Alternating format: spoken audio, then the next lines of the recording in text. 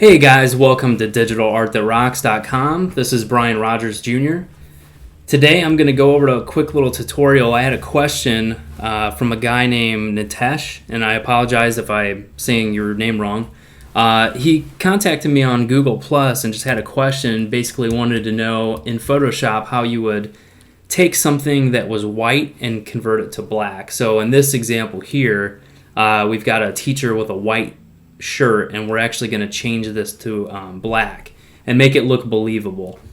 And also he wanted to know if you could take black and make it white. Yes, this is possible, Nitesh. Basically, it's not probably the way you would think it would be. First looking at this file, you might think that you can just add a new layer, maybe paint black over it, and maybe lower the opacity a bit. That looks kind of gray. You're kind of losing detail. You can play around with blending modes. You'll notice I'm kind of cycling through with holding the shift key and hitting the plus key as well. Kind of cycling through. Nothing's really standing out. So basically what you're going to do with something like this is you're going to make a selection. Okay, so right now we've got white on white, so it's not going to be, you're not really going to be able to use the magic wand very well.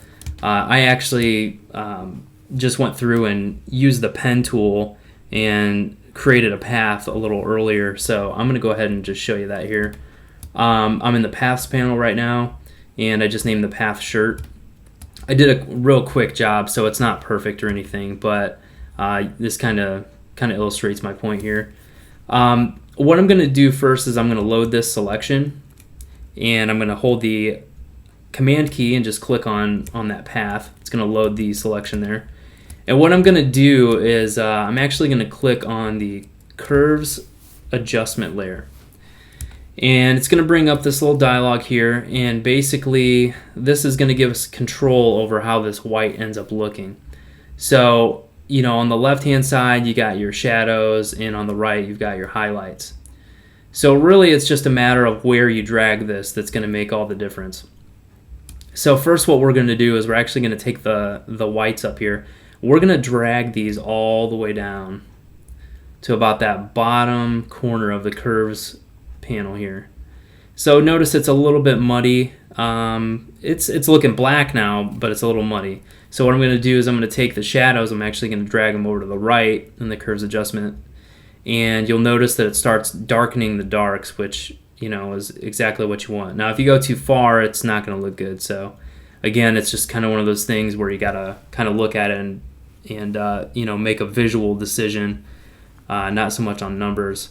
So I think that looks pretty good. I might be able to darken that a bit more if I want. Yeah, not bad. And what we're going to do also, so it doesn't affect any of the colors, is we're going to take the blending mode and we're going to switch it over to luminosity as well. So I'm going to back out of this real quick so you can kind of see what happened here. This one adjustment layer made that white t-shirt completely black and still kept all of the details. Now, if you look in here, and again, this selection isn't perfect, but it kind of gets the point. You'll notice that the arm is a little gray, so you'd probably want to do some dodging and burning. Basically, since this guy was shot with a white shirt, you're going to have the characteristics of a white shirt, which basically would be bouncing light. So, of course, it's going to be lighter here. So what I would do is maybe just do some burning, kind of burn his arm down a little bit. Now, let's say we wanted to make this black shirt white. Okay, so let's pretend for a second that this shirt was already black when I opened this image. When we look at the curves adjustment panel here, basically you've got this lower right hand quadrant, if you will. You'll notice kind of the direction this is going. So basically it would be the opposite of this to make this black shirt white. So what we're going to do is we're going to make a new curves adjustment layer. I'm going to basically borrow the selection that I've already made. I'm going to hold the option key and basically just drag this mask over onto this one. I'm going to replace it. And I'm going to open up this curves adjustment panel. So basically this time it's going to be the exact opposite, right? So I'm going to take the shadows here. I'm going to boost those up. And basically that's going to make it white. I'm going to take the highlights and I'm going to move them over to the left here. And you'll notice we start getting a little bit more of that detail back into that shirt. I'm going to bring these blacks down just a little bit more so we can get some detail in here. It doesn't look as believable as it, originally did. This has a little bit more contrast, but you can kind of play around with it. And also, I've got 2 adjustment layers going on, so doing that, there's just a lot going on to the file, and it's not going to look that great.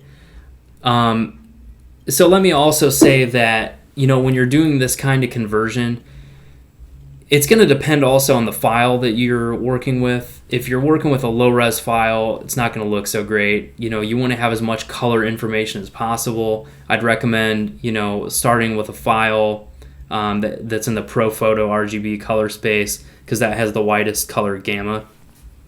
But basically, yeah, it's going to depend on your file. This technique will work for most black and whites. It's not going to work for everything, but if you find yourself in a situation where you need to do this kind of conversion, it is possible. Basically just using a curves adjustment layer and a blending mode of luminosity. So yeah, there you have it, Nitesh. That's basically how you convert white to black and how you convert black to white. If you guys have any questions, yeah, just leave a comment below. And if you like what you're seeing here, definitely let me know, and I will continue to keep making these videos. So again, this is digitalartthatrocks.com. I'm Brian Rodgers Jr. Thanks, guys. Take it easy.